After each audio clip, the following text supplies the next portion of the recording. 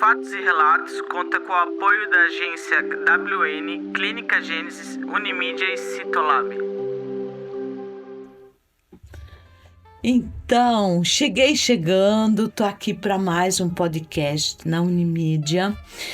E hoje vai ser um dia muito bom porque eu vou entrevistar... esqueci de novo de virar isso aqui. Já virei, já tá tudo ótimo. E hoje vai ser 30 a 40 minutos com uma profissional também na área da educação. Hoje o podcast vai ser assim para nós falar de um tema sensacional. Você que está ouvindo, você que participa, você que já me segue, você que quer tirar as dúvidas sobre a importância da tecnologia e de tantos transtornos que a gente tem nas escolas.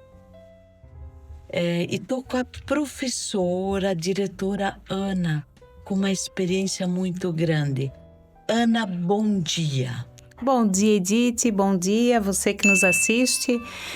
Esse é um tema muito relevante, né, no nosso meio hoje em dia, e a gente tem muitos desafios relacionados a ele. Então eu espero que essa nossa conversa de hoje elucide para quem está em casa e para nós profissionais também muita coisa relacionada a esses desafios do novo cenário que a gente tem aí, né?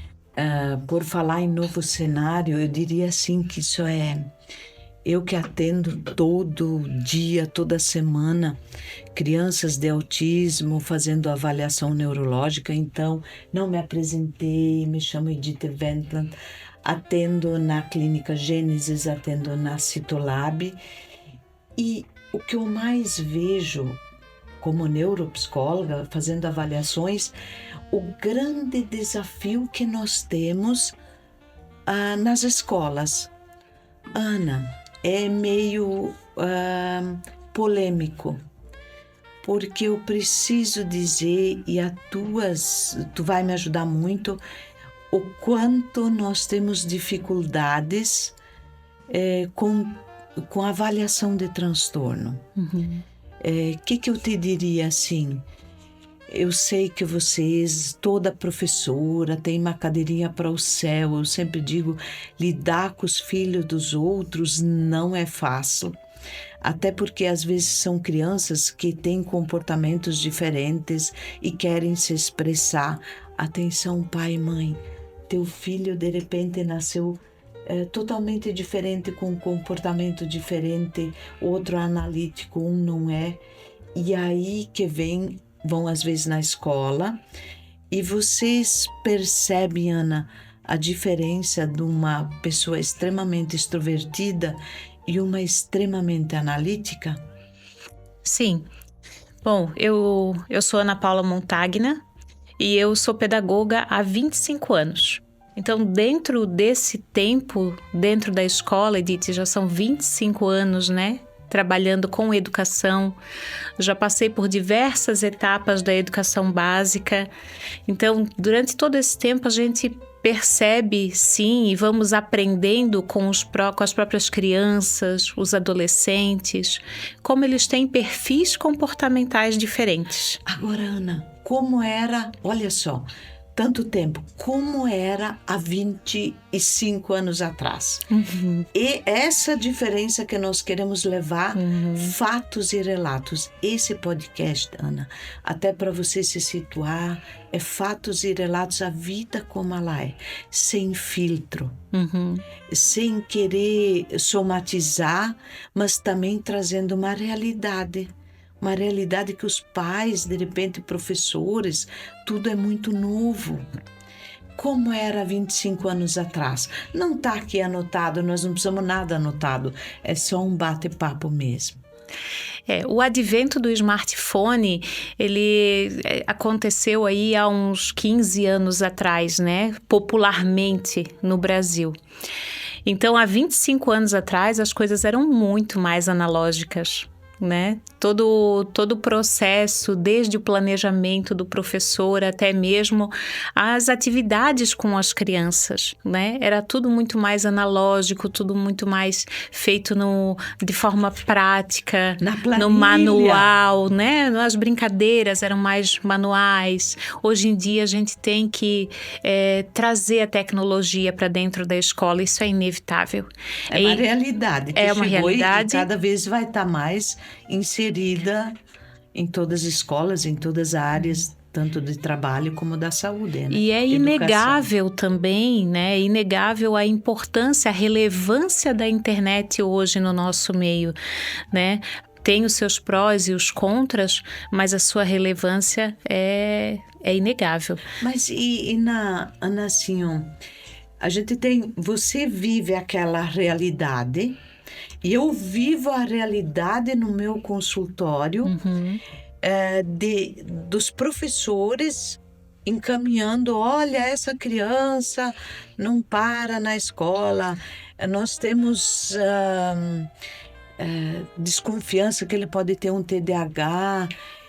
Você acredita que hoje, como você trabalhou muito com o rótulo, tá? Muito com o rótulo das crianças, mas hoje os professores não estão dando muita relevância, assim, muita importância, pensando que o transtorno está presente em muitas crianças quando não é? Há que se cuidar com esse tipo de diagnóstico, até porque eu sempre digo, né, para os profissionais da minha escola, segundo os professores, pedagogos, eu sempre digo a eles, né, nós não fazemos diagnóstico. O que nós podemos é observar o comportamento infantil, observar o comportamento do adolescente e aí sim encaminhar para um profissional, um neuropsicólogo como você, Edith, né? Para que esse profissional sim possa fazer os testes, possa avaliar se realmente existe ali um transtorno, se realmente existe algo a se laudar. Porque eu já tive casos na escola de a mãe vir com um laudo de hiperatividade e por conhecer a rotina daquela criança, eu sugeri à mãe, dê 15 dias para o teu filho, não começa logo a dar medicação para ele, dá 15 dias para ele e tira o açúcar da alimentação dele. Eu sabia que aquela criança, ele comia muito açúcar. Eu sentei com a mãe, eu pedi para ela qual que era a rotina de alimentação daquela criança. Você fez uma anamnese para entender por quê? Sim, perguntei para ela qual era a alimentação dele, desde a hora que ele acordava até a hora que ele ia dormir. E era uma alimentação riquíssima em açúcar. E é óbvio que essa criança vai correr, vai pular, vai gritar, vai ser muito agitada, porque por conta da dieta. Né? E a mãe assim fez e a criança se acalmou, né? Então é assim, preciso se cuidar. Ana, eu vejo, a gente fala de comportamento humano, então todas as minhas teses, tudo é voltado a comportamento humano. Eu acredito que a gente entrou numa fase muito, muito grande de laudos. E é uma preocupação nossa, minha, que toda semana, todo dia, eu tenho muitos fatos para contar.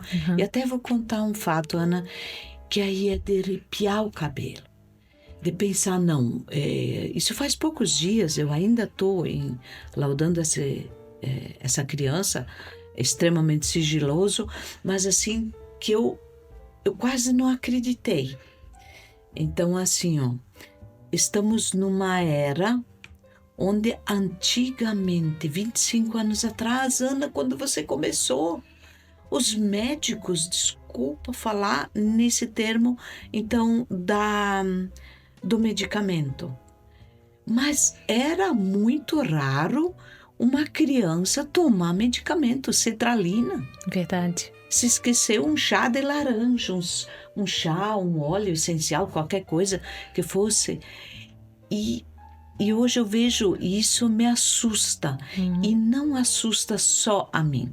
Eu estava 10 dias fora, estudando para o mestrado e dos profissionais que estudaram de verdade, atenção pai e mãe, você que tem filhos, pode ser adolescente, os profissionais que eu vi nos últimos dias, fora do Brasil e dentro do Brasil também, a grande preocupação hoje é a medicação.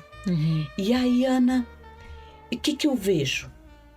A escola, e eu não posso deixar de falar, aqui são histórias que nós vamos contar. Esse programa recém está começando, você que não está seguindo o podcast, segue. Esse programa só está começando. E se você quiser participar, te inscreva. Manda um zap ali, manda qualquer coisa. Eu quero participar, eu quero falar.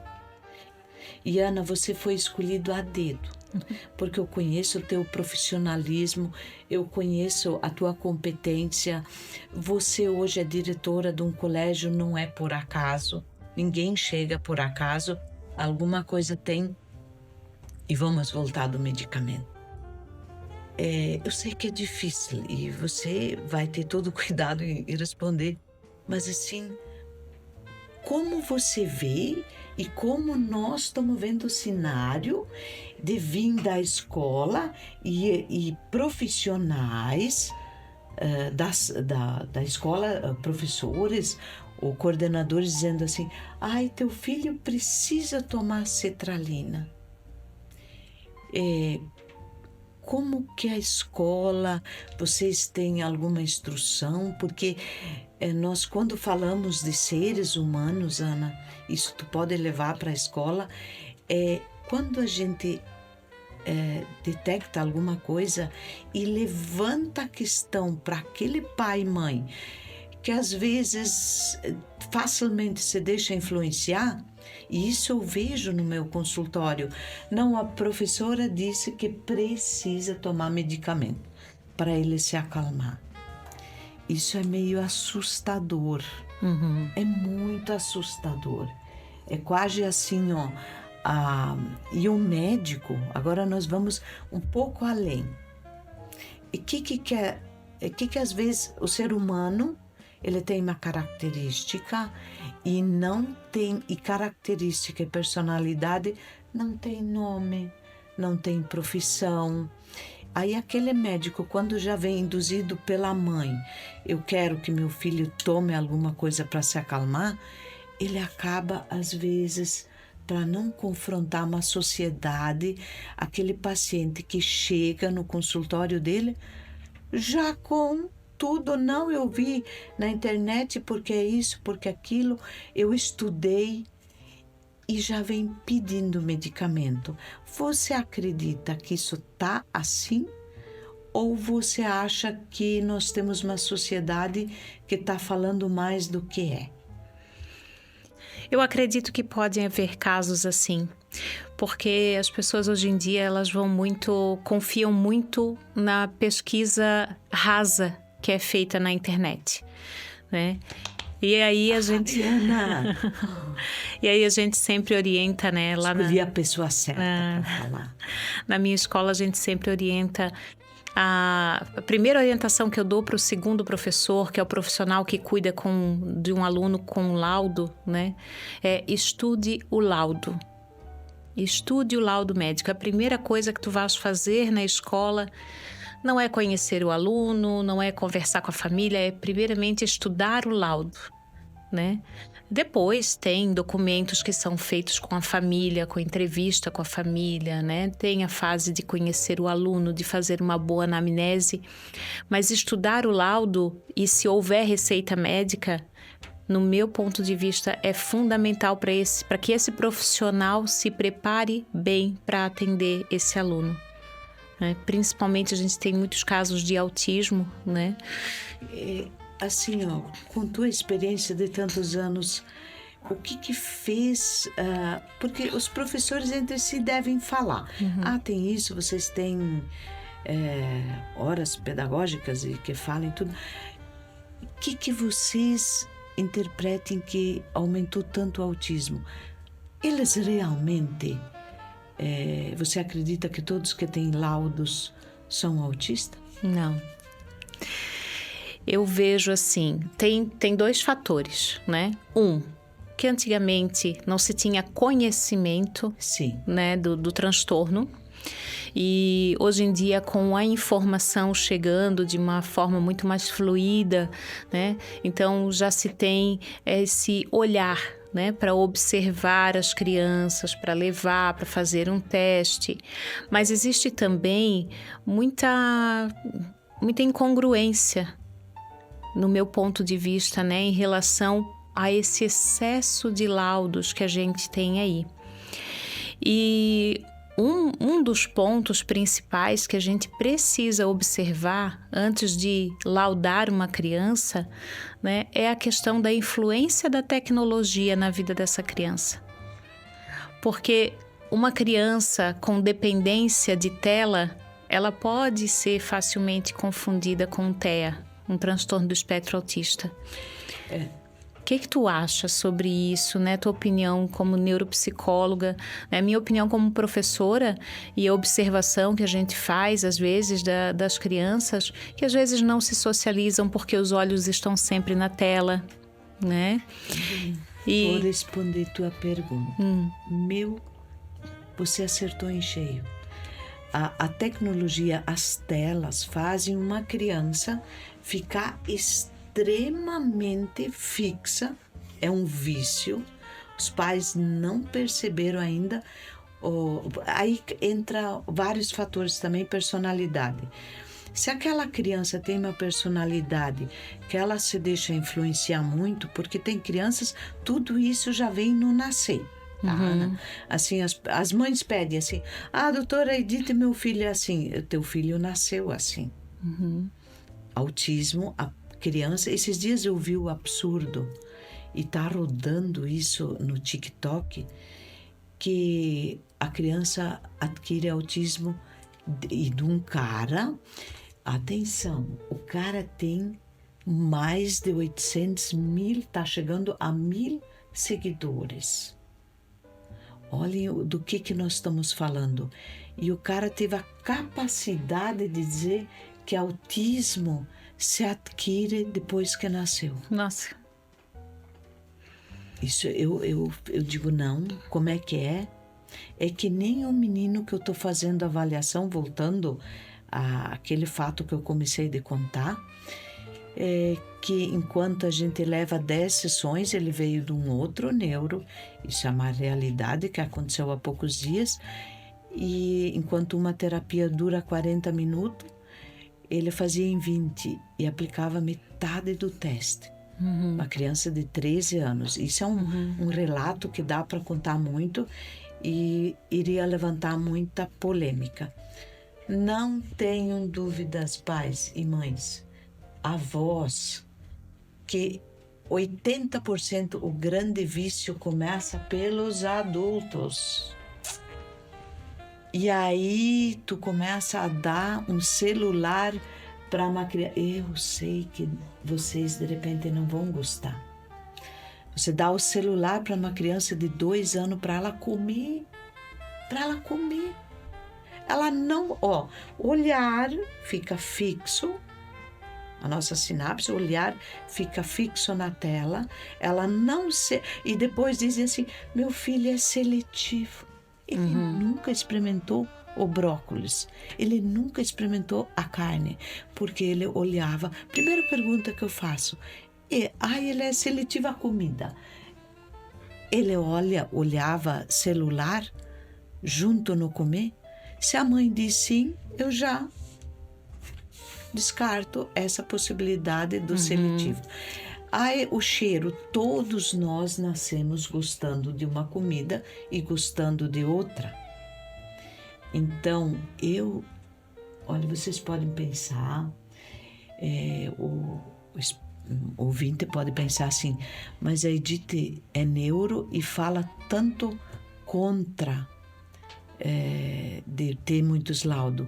Não, eu falo dos cuidados.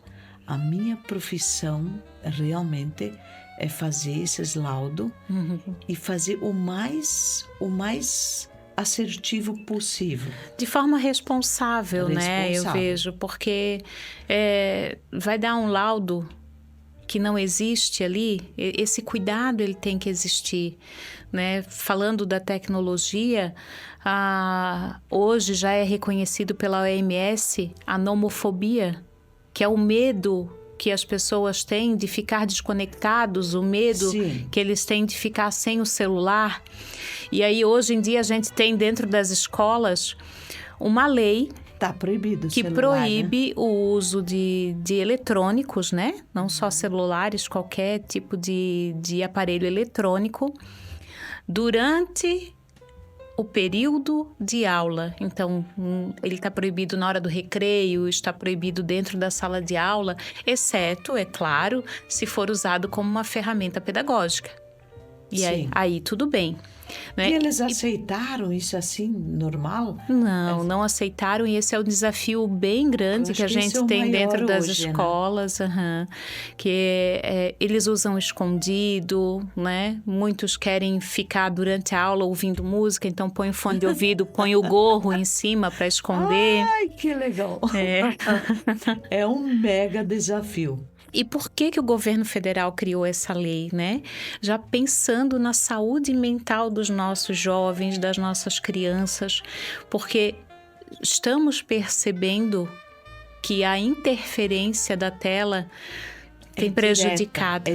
Tem prejudicado o desenvolvimento infantil, o desenvolvimento adolescente. E como tu falou, nós mesmos, adultos, às vezes nos pegamos viciados em tela, né?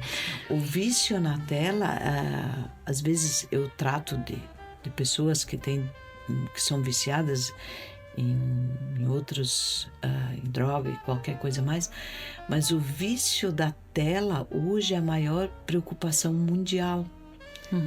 Então, o governo, falando do Brasil, foram inteligentemente, olharam para outros países, por exemplo, Suíça. Eu atendo paciente na Suíça, então eu posso falar como funciona. Eu atendo muito online, assim, até 14 anos, pegando alguém com rede social, os pais são responsabilizados. De tanta preocupação lá não existe. Se você, como professora, com certeza tu vê a dificuldade que eles têm de interpretar um texto. Isso eu vejo na clínica, interpretar um texto. Então, Ana, nós poderia selecionar 10 assuntos e meia hora, 40 minutos seria pouco. Eu sei que está chegando o nosso horário já. Eu gostaria que você deixasse um recado para as professoras, porque as professoras, Ana, isso é tão sério, elas são o elo da família. Então, eu vejo que deveria de ter um treinamento muito específico para os professores, que eu digo, atenção professor, você tem uma cadeirinha para o céu, porque isso deve ser hoje um grande desafio e é uma das melhores profissões que você pode dizer, eu ajudei muitas crianças a sonhar, eu ajudei muitas crianças a se desenvolver como ser humano. Tudo começa na mão de vocês. Verdade. E por isso que hoje também tem em Balneário Camboriú, em 22, que teve o concurso, eu fiz muita fase que o professor é avaliado se ele pode ser o psicotécnico, né? Que eu acho que é muito necessário. Importante. Muito importante, né, Ana? Qual é a tua mensagem para o professor com os alunos deles? Bom, nós estamos em outubro, mês que a gente comemora o Dia do Professor. Uau! Então, o meu recado para os educadores que nos assistem hoje é continuar desenvolvendo esse olhar humano, esse olhar sensível às temáticas que a gente tem hoje dentro da escola, que são muitas. São muita problemática, né? São muitas questões, muita carência vinda dos nossos alunos. Então, que a gente possa ter esse olhar sensível, cuidadoso, uma escuta atenta ao que eles nos trazem, porque ali muitas coisas são reveladas. E que o professor continue edificando sonhos, né? Que é o nosso papel, é onde tudo começa. É onde começa o engenheiro, o médico, o dentista, o bancário, né? É na escola. Ter tanto orgulho do que a gente faz. Por exemplo, o professor, né? Ana, muito obrigado pela participação. E eu gostaria de falar algo para os professores, tá? Para você, assim, ó, de todas as profissões, eu sempre digo, orgulho do professor com ele mesmo tem que ser algo assim fantástico. Tem que dizer, eu leciono nessa escola, tem que chegar chegando, como eu disse antes no início do programa. Mas eu gostaria de dizer uma coisa: cuidem o que vocês falem para os pais. Cuidem, porque às vezes a tua palavra é tão importante que se você disser para aquele pai, ele pode ter um transtorno, aquele pai, aquela mãe, na ansiedade ou às vezes por falta de conhecimento, que isso é normal, nós não precisamos conhecer tudo. E enfrentamos hoje que todo mundo sabe tudo, todo mundo quer fazer tudo, todo mundo, mesmo não tendo especialidade. Eu sou clínica da saúde e sou neuro. Isso foi muitos e muitos anos de estudo. E até como neuro, eu vejo 80 horas online, já se intitule, eu fiz pós em neuro, né? Mas o professor tem uma função, que é teu mês de orgulho, teu mês de satisfação. Tem uma missão. Não diga lá no escrito, eu posso imaginar que ele tenha TDAH. Não, investiga teu filho. Ele é muito agitado, mas o agitado pode ter várias maneiras. Ana, nós não falamos de altas habilidades. Verdade. Toda criança que tem alta habilidade, ele vai deixar os cabelos do pai e da mãe em pé e do professor também. Sim. E aí a gente vê, ele tem que tomar medicamento para ficar quieto. Eu digo, não, pelo amor de Deus, não. Não, ele só tem que desenvolver essa habilidade que ele já tem e que está bombando ali no cérebro dele, né?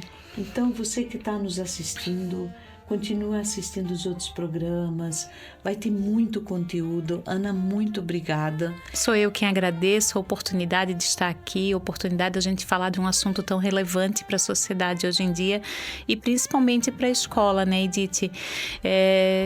Se eu pudesse deixar só mais um recado para os professores... Nossa, com certeza. Eu diria a eles, cuidem da sua saúde mental, principalmente. Bom, vamos já pensar no próximo programa, nos siga no podcast, que vai ser anunciado daqui a uns dias. Mas vamos pensar no próximo programa.